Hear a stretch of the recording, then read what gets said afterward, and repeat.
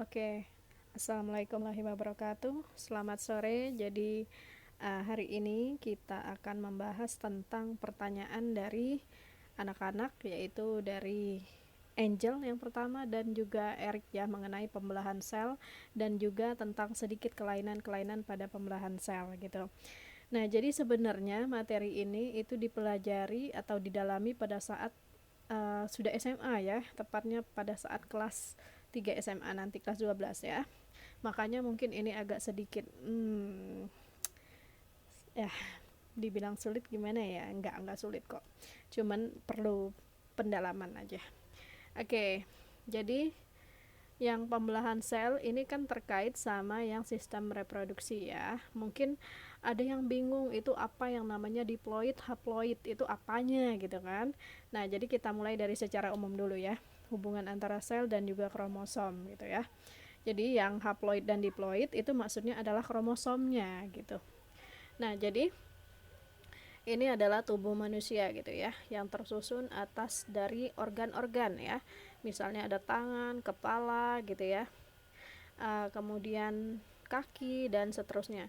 Dan ingat, organ-organ ini disusun oleh dari banyak jaringan, sementara jaringan itu disusun oleh dari jutaan sel gitu ya. Kita ambil berarti satu yang kecil aja, nah kita perbesar satu sel misalnya ya. Nah, satu sel ini ada bagian-bagiannya yang sudah dipelajari pada saat kelas 7 gitu ya. Nah, ada bagian tengah yang bulat ini yang disebut sebagai inti sel atau nukleus. Ini yang berperan penting untuk pembelahan sel ya, karena yang harus dibagi rata itu adalah si kromosomnya nanti gitu ya. Nah, ini inti sel atau nukleus. Yang lainnya kita gak usah bahas. Nah, bentuk kromosom ini kayak gini ya. Kalau dia sudah memendek, menebal, itu akan membentuk seperti ini kromosom.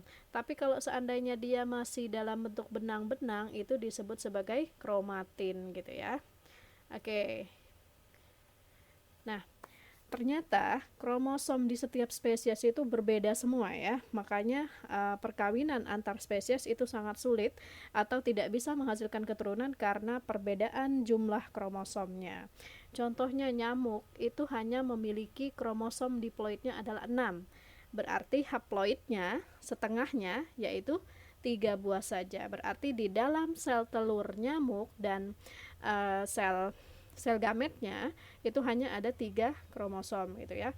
Kemudian cacing tanah misalnya, kromosom di dalam tubuhnya itu ada 24 diploid, berarti di dalam sel telurnya ada 12 gitu ya. Berikut juga dengan sel gamet yang jantannya.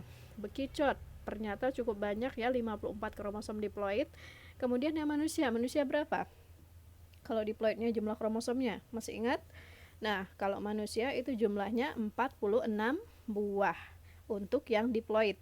Tapi kalau misalnya ditanya pada sel sperma manusia berapa jumlahnya? Berarti setengahnya haploid, berarti 23 buah. Begitu juga dengan ovumnya gitu. Oke, kita lihat yang deket-deket dengan manusia ini ternyata itu adalah si gorila dan simpanse ya, 48. Jadi beda 2 aja. Makanya mungkin ini masih memang secara kekerabatan itu, secara taksonomi kita memang cukup dekat ya dengan gorila dan simpanse. Sama-sama mamalia udah pasti, sama-sama apalagi tuh. Kelasnya mamalia, ordonya apa ya? Yang kera-kera itu apa ya namanya? Kakak lupa lah, nggak usah dibahas ya. Nah, jadi udah cukup dekat kita dengan gorila dan simpanse ya, beda 2 kromosom saja. Tapi bukan berarti kalau misalnya manusia kawin sama gorila atau manusia kawin sama simpanse itu bisa menghasilkan keturunan. Enggak bisa ya tetap. Karena memang sudah berbeda spesies, berbeda jumlah kromosomnya walaupun dekat kesamaannya. Oke, nah kita lanjutkan kromosom pada sel tubuh manusia. Nah, ini yang disebut sebagai kromosom diploid. Yang kata-kata diploid itu diploid berarti kromosomnya berpasangan di dalam tubuhnya. Ini kromosom yang terkandung di dalam setiap sel tubuh kita gitu ya. Semua sel tubuh kita mengandung 46 kromosom atau boleh dibilang 23 pasang karena semua kromosom ini berpasang-pasangan di dalam sel tubuh manusia gitu ya. Semuanya kecuali nanti pada sel kelamin gitu. Oke. Nah, ini misalnya ada kromosom nomor 1, ini nomor 2, nomor 3 dan seterusnya, dan ada di sini nomor 23, kromosom nomor 23. Kenapa dikotakin? Karena memang kromosom nomor 23 ini akan menentukan jenis kelamin pada seseorang. Jadi misalnya kalau pada cewek, pada perempuan, kromosom nomor 23-nya sama, ini sama persis ya, tingginya gitu ya, maka dia disebut sebagai XX gitu. Kalau misalnya pada pria, di nomor 23-nya satu gede, satu kecil dan bengkok, itu dikodekan dengan XY. Maka kalau misalnya kromosomnya begini, itu jenis kelaminnya laki-laki. Kalau yang ini perempuan. Berarti kromosom nomor 23 itu akan menentukan jenis kelamin. Sementara yang lainnya bagaimana? Yang ini fungsinya berbeda ya. Misalnya kromosom tentang rambut keriting itu di nomor berapa? Misalnya ya, tapi semuanya udah ada kok. Misalnya di nomor 3 gitu ya. Terus misalnya untuk urusan mata yang nomor 1 misalnya kayak gitu ya. Jadi masing-masing ada fungsinya untuk pewarisan sifat gitu di setiap nomor kromosom ini. Dan ingat, untuk penentu jenis kelamin itu adalah di nomor 23. Kalau yang cewek berarti sama besar kromosomnya yaitu XX, sementara yang cowok berarti satu gede, satu kecil ya, XY gitu. Nah, kromosom ini kenapa harus dipasang-pasangkan? Karena memang yang nomor 1, kenapa dia dipasangkan sebagai nomor 1? Karena dia memang hampir sama ya, hampir sama atau mirip. Jadi ini yang disebut kromosom yang berpasangan atau homolog ya, kromosom yang struktur dan fungsinya sama gitu. Oke, udah. Mungkin kecepatan ini ya. Kita lanjutkan lagi. Nah, ingat, itu ada di kromosom tubuh yang berpasangan. Sementara di kromosom kelamin kita, yaitu sel ovum dan sel sperma, ternyata berbeda dari kromosom tubuh kita yang di sel tubuh kita. Berbeda dengan di sel pipi, sel mata gitu ya. Kalau di sel ovum dan sel sperma, kromosomnya kehilangan pasangannya. Kalau yang tadi kan dia berpasangan atau diploid, sementara yang ini haploid, cuman setengahnya. Jadi dari nomor 1 sampai 23 itu semuanya ada, tapi pasangannya nggak ada, makanya dia disebut haploid atau setengah dari kromosom yang tadi gitu. Bisa dipahami perbedaan antara haploid dan diploid? Nah, haploid itu hanya ada di sel gamet ya.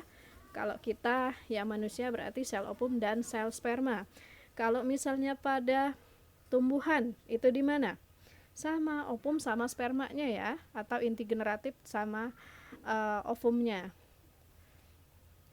Nah, kenapa kemarin udah sempat kakak tanya ya, kenapa di kromosom sel gamet itu harus haploid, harus setengahnya? Karena sel gamet ini nanti untuk meneruskan keturunan, berarti dia akan bertemu dengan ini. Makanya pas dia bertemu nanti dia berpasangan kembali gitu kan, kayak dia mencari pasangannya lagi, jadilah manusia yang sama seperti induknya gitu. Coba bisa dibayangkan kalau seandainya ini nggak berkurang setengahnya, berarti pas kecampur itu sperma sama ovum kan udah berbeda lagi kromosomnya, berarti udah bisa beda spesies dong, ya kan? Atau nggak mungkin jadi sih gitu ya.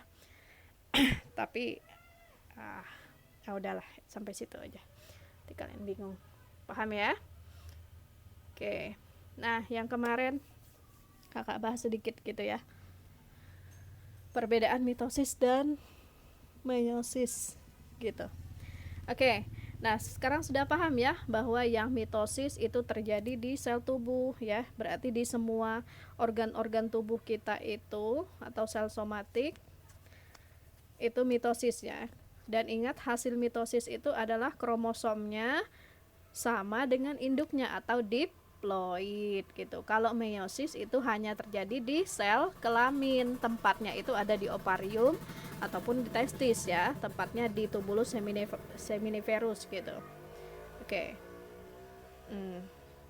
Nah, hasil dari yang meiosis itu adalah setengah dari sel induknya, jumlah kromosomnya maksudnya gitu ya. Tujuan untuk yang mitosis berarti untuk pertumbuhan gitu ya, pergantian sel yang rusak. Oke, kita lanjutkan tentang perbedaan mitosis dan meiosis yang tadi ya. Yang kedua adalah tujuannya, di mana kalau misalnya mitosis yang terjadi di seluruh tubuh kita, kecuali yang ovum dan sperma tadi ya, itu tujuannya adalah untuk pertumbuhan selnya, pertumbuhan sel atau pergantian sel yang rusak atau mati. Nah, yang meiosis itu tujuannya adalah untuk pembentukan gamet ya, yaitu supaya kromosomnya bisa mereduksi setengahnya, hilang setengahnya gitu. Oke, makanya yang kandungan genetik pada sel anaknya, yaitu si kromosomnya itu, kalau misalnya mitosis itu akan sama dengan induknya, karena kromosomnya masih sama-sama diploid. Kalau misalnya meiosis itu sudah berbeda dengan sel induknya gitu. Nah, yang mitosis yang minggu kemarin gitu, jumlah pembelahannya hanya 1 kali ya, sehingga dalam 1 kali pembelahan, 1 sel hanya akan menjadi 2 anak sel gitu ya. Sementara yang meiosis karena dia 2 kali, ada meiosis 1 dan meiosis 2, maka jumlah anakannya adalah 4 sel gitu ya. Oke, kromosomnya tadi udah ya. Kemudian pindah silang atau crossing over, ini perpindahan materi genetik antar kromosom. Untuknya mitosis itu tidak terjadi, tapi kalau meiosis itu terjadi gitu ya. Makanya yang meiosis itu akan menghasilkan rekombinan ya, rekombinasi baru gitu.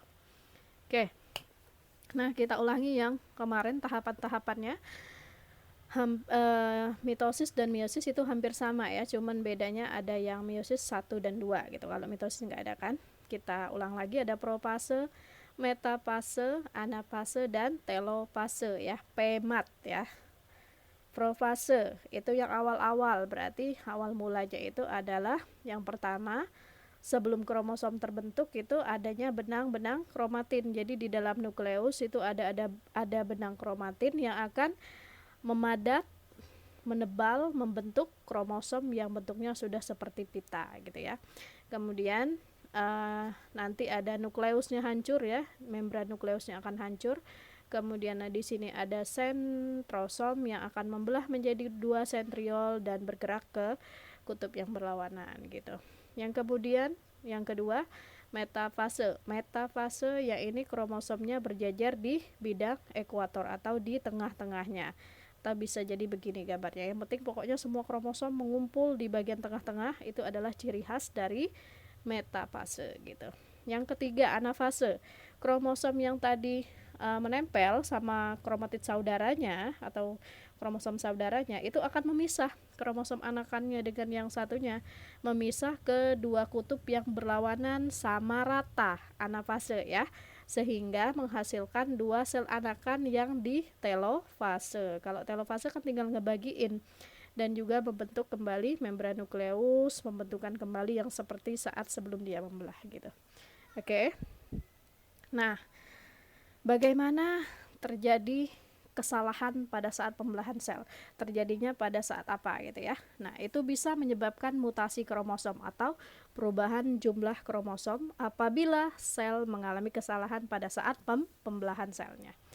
Ini yang terjadi ini kesalahan pada saat meiosis ya, pada saat pembentukan gamet, pada saat pembentukan ovum dan sperma. Bagaimana itu terjadi sehingga menghasilkan anak-anak yang memiliki kromosomnya berbeda, ada yang kurang, ada yang lebih, tapi kebanyakan lebih ya.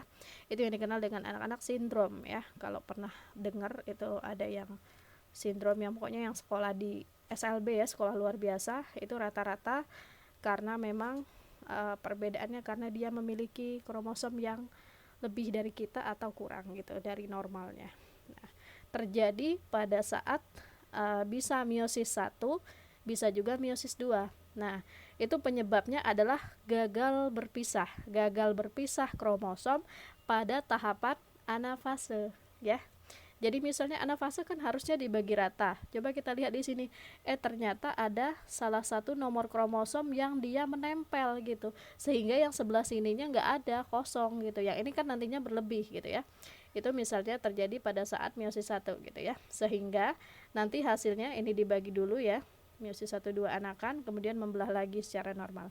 sehingga ada gametnya yang di sini ada N+1, berarti dia dari haploidnya kelebihan satu kromosom, yang dari sini tadi awal kesalahannya gitu ya. Ini juga, dan yang ini kekurangan satu kromosom gitu kan. Kita nggak tahu nanti yang mana yang akan bertemu dengan pasangannya gitu ya, antara ovum dan sperma. Kita nggak tahu apakah yang normal atau yang kekurangan. Kalau ini kan yang nggak normal semua kan yang dihasilkannya. Nah, bisa juga terjadi gagal berpisah kromosom pada saat tahapan anafase 2-nya. Yang anafase 1-nya, meiosis 1, maaf. Meiosis 1-nya dia masih normal gitu ya, masih adil gitu ya pembagiannya. Tiba-tiba pada saat anafase 2, meiosis 2-nya ini baru nempel ke sini, ininya kosong. Ya ininya normal satu selnya gitu ya. Nah, pas dibagi lagi di belah sini berarti ini +1, ini kekurangan 1, yang satu selnya lagi normal gitu ya. Nah, kalau misalnya mereka bertemu antara yang normal dan tidak normal, pasti menghasilkan yang nggak normal gitu ya. Oke, kita lihat. Nah, ini contoh-contohnya. Ada yang namanya sindrom Turner, di mana seharusnya kita manusia normal itu mengandung 46 kromosom, tapi yang sindrom Turner ini yang ada pada wanita ya, itu dia hanya punya 45 kromosom. Dia kekurangan satu kromosom kelamin. Berarti yang nggak adanya di kromosom nomor 23. Makanya ini X0. Berarti di nomor 23-nya dia kekurangan satu kromosom gitu ya.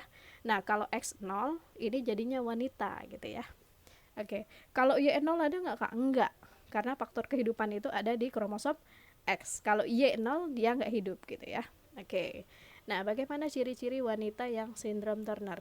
Nah, ini dia tidak memiliki ovarium ya, berarti sudah pasti dia mandul gitu ya. Dia tidak bisa menghasilkan ovum, kemudian uterusnya ada tapi sangat kecil, payudaranya tidak berkembang gitu ya, tubuhnya pendek, dan kecerdasannya pasti di bawah normal untuk yang sindrom Turner. Kalau misalnya kalian pengen lihat gambar aslinya, cek aja Google ya, sindrom Turner. Yang kedua, sindrom Klinefelter. Ini kelebihan 47 ya.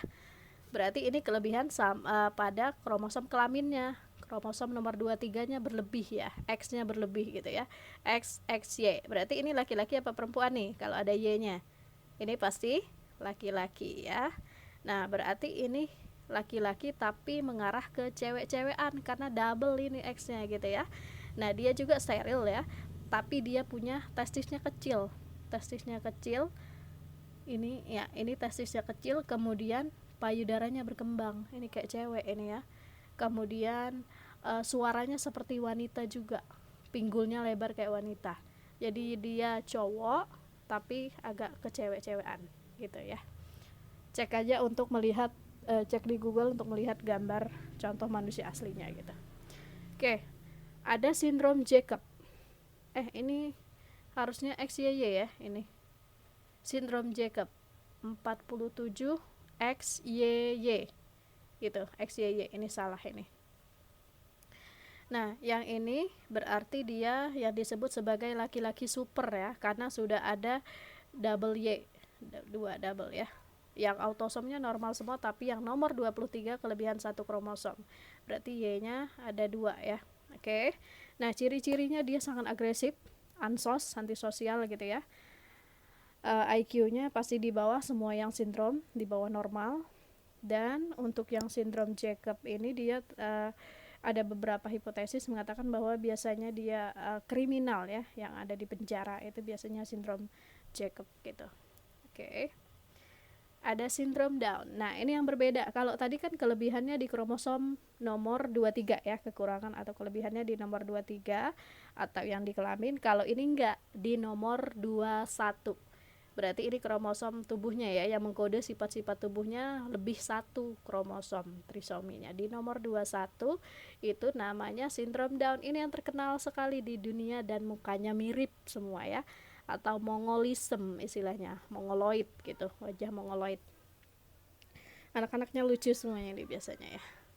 Oke, nah ini ciri-cirinya ya, tubuhnya pendek, mukanya bulat gitu, punya kelopak matanya yang khas ya, punya lipatan epikanthus namanya, kemudian bibirnya tebal, matanya agak sipit gitu, ya sudah pasti di bawah normal ya. Dan kadang-kadang down itu dia biasanya mengalami kelainan jantung gitu ya. Nah, ini yang berbeda ya. Yang kalau tadi kelebihan di nomor 23 atau di kelamin, kromosom kelaminnya yang menentukan jenis kelamin, kalau ini ya